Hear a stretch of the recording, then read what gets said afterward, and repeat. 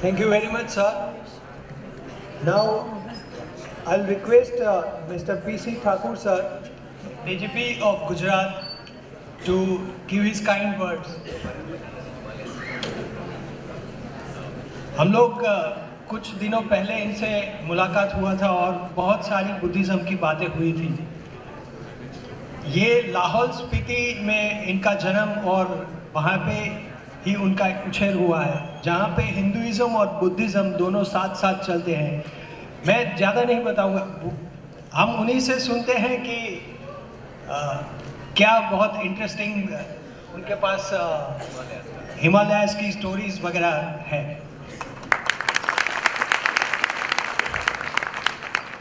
नमो बुद्धाय, नमो बुद्धाय, हम माने पन में हूँ याजू।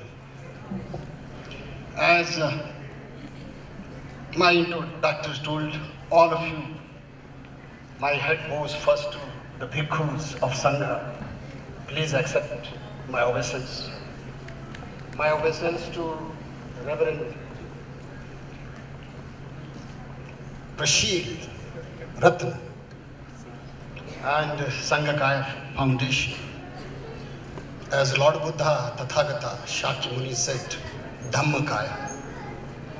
As many speakers before me said, what is the relevance today? Buddha. I come from the land of vibrant Buddhism. Buddha, Dr. Pei said, and another doctor said, lifestyle diseases. In fact, I say, Lord Buddha was the first Arhata, Tathagata, who said, what is the genesis, the reason, and how to live life? Dukkha, Dukkha Nivarana, and ultimately Nirvana. I come from the land where from morning till the sun drops into skies and stars lit the Himalayan skies. Chant of Hum Mani Padme Hum. Money walls, fluttering flags, and prayer wheel. They constantly remind us of the enlightenment of Buddha. From Shakyamuni to Buddha. Each one of us can be Buddha. That is what Himalayas tell us. That is what the monasteries there tell us. Unfortunately, Buddha, now Buddhism have 4 Nikayas and 18 sects. Now the time has come to come together, like the first Sangha which met in Vaishali. Like the Honorable Prime Minister has visualized here.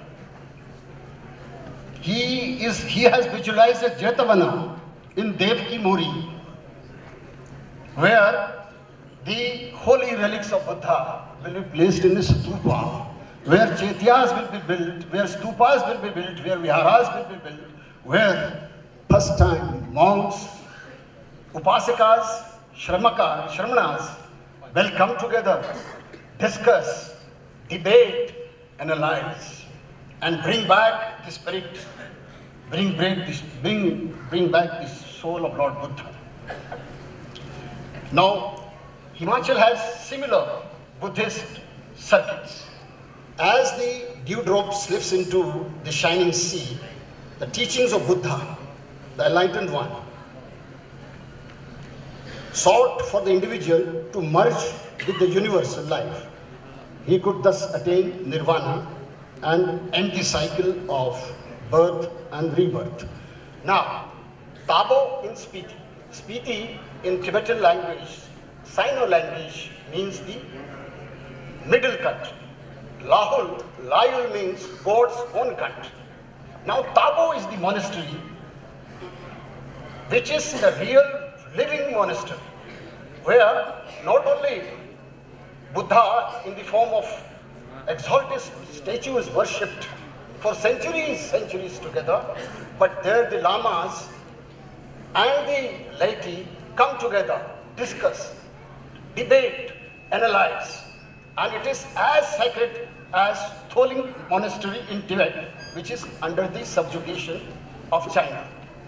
So this is a place where I said the Himachal government now has started 2 weeks Buddhist circuit. One end is Shimla, another end is Dharmshala, where the 14th Dalai Lama resides. Now, coming back, Prashila Ratna told me that I have to speak on Trans-Himalayan Buddhism. Something about Trans-Himalayan Buddhism. 12 centuries after the Buddha attained Nirvana, the Tibetan king Songtsen Gampo, who ruled from 618 to 649 AD, married Wen Chang from the court of China's Tang dynasty, and Brikuti Devi, a Nepalese princess. I forgot to welcome the honored guest, Prince from Kampuchea, Nordum, and Cambodia, and Princess from Thailand. I forgot to welcome both of you, the exalted. So, Brikuti Devi of Nepalese princess, under their influence, Buddhism slowly developed in the central Himalayan and trans-Himalayan regions of Tibet, Spiti, Lahore, and Ladakh, till it became the predominant faith. A great impetus came when King Trison Zonte embraced the teachings of Buddha. He sent to India 4 great masters like Santara Krishna and famous teacher and tantric Padmasambhava. Under Padmasambhava influence, Mahayana Buddhism, the greater vehicle, fanned over the vast fields and settlements of world's highest plateaus. Known to Tibetans as Guru or Origin Rinpoche, the precious master, Padmasambhava began the synthesis of Mahayana practices, yogic tantrism, and the native-born religion. Buddhism, when it spread all over Central Asia, ultimately went to Mongolia, Japan, Korea. In Japan, they had Shintoism. In China, they had Lao Tse, they had Confucianism. But, a synthesis took place. And you see the great efflorescence of Buddhism there. So, the combine of ritual, faith, and philosophic content created what we recognize today as Vajrayana Buddhism, the thunderbolt vehicle. The 9th century brought a break in the spread of Buddhism when the king, he destroyed all the monasteries. But ultimately, again, in 1375 AD, the towering reformer Tsongkhapa began to religious renewal that emphasized Atisha's teachings and the purity of doctrine. He founded the Gelugpa sect, that is yellow sect, and that is how Buddhism has grown there. Now, coming back to Tabo Monastery. It is 1,000 years ago, Tabo served as a meeting place between 2 cultures, which is graphically represented in the art. Indian Pandits and Tibetan scholars came to Tabo to learn Tibetan and Indian Buddhist works respectively. This interaction germinated the seeds of a new art statement best defined as Indo-Tibetan. Now Tabo Monastery is known as the Ajanta of Himalayas. Now similarly, as I said, in Lahore Valley, where Hinduism and Buddhism got together, synthesized, there we have the temple of Mrikula Devi, Bhagwati.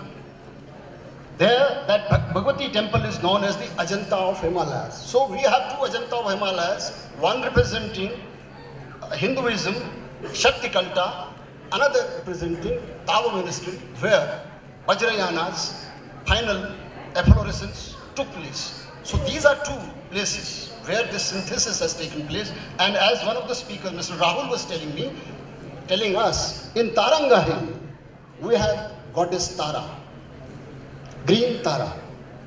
So, now coming back to cultural exchanges of Gujrat and Trans-Himalayas and Buddhism. And as one of the speakers said, Buddhism plus business. Now in one of the Jataka stories, Lord Buddha has taken birth in Bharucha, which was known in Vedic times as Bhrigu Kachaka. There he was the trader. So this is a lovely coincidence. Lord Buddha in previous birth, when he was about, he has taken his journey. He has taken his journey of Mahadishikramana. He was trader here. So now I think the time has come.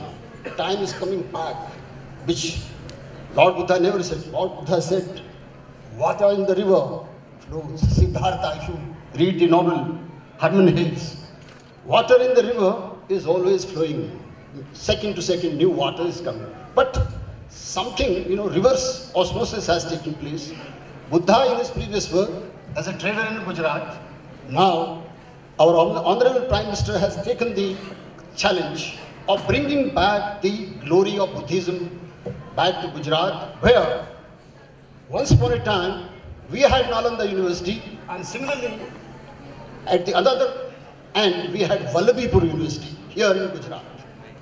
So, Center of Learning in Devki Mori, coming back, and holy relics which are there in MS University, coming back to that holy place. I think the time has come, and I bow my head on the occasion of 60th year of Bodhisattva, Dr. Baba Sahib Ambedkar. 60 years of his Bodhisattva book. In Himalayas, we say Avalotikeshwara. He is the Avalotikeshwara who brought the message of love, compassion, equity, equality of Buddha back to India. On his 125th birth anniversary, I bow my head, my soul before that Bodhisattva. Because Bodhisattvas, in my culture, in my folklores, they come back again and again to tell us the path of truth, equality, happiness, health. And I'm very happy that under the very, energetic, vibrant, spiritual leadership of Sanghakaya Foundation and my friend Prashida Ratnaji, first time in this August gathering, in this Sabhagara, which is the yearning of every Buddhist, every follower of Buddha. As Honorable Governor of Gujrat, he said, Buddhism never believes in extremes. Buddhism stands for Sambodhi. Buddhism stands for Samyaka Bodhi. So through this Samyaka Bodhi, the Buddhists, those who follow the path, the master, their feeling is that there should be a place of worship where they come together. Then only Buddham Sharanam Gacchami will take place. When there is Sangha, when there is Dhamma, there is Buddha. So Sangha requires a gathering place of knowing each other, talking to each other, and debating each other about their problems of human dignity, honor. And that is what, on this occasion of celebrating the 60th year of enlightenment of Dr. Baba Sahib Ambedkar, as well as 125th birth anniversary of his birth, and ultimately, and then the first International Buddhist Conference, I think, as Buddha said, present now is the crux.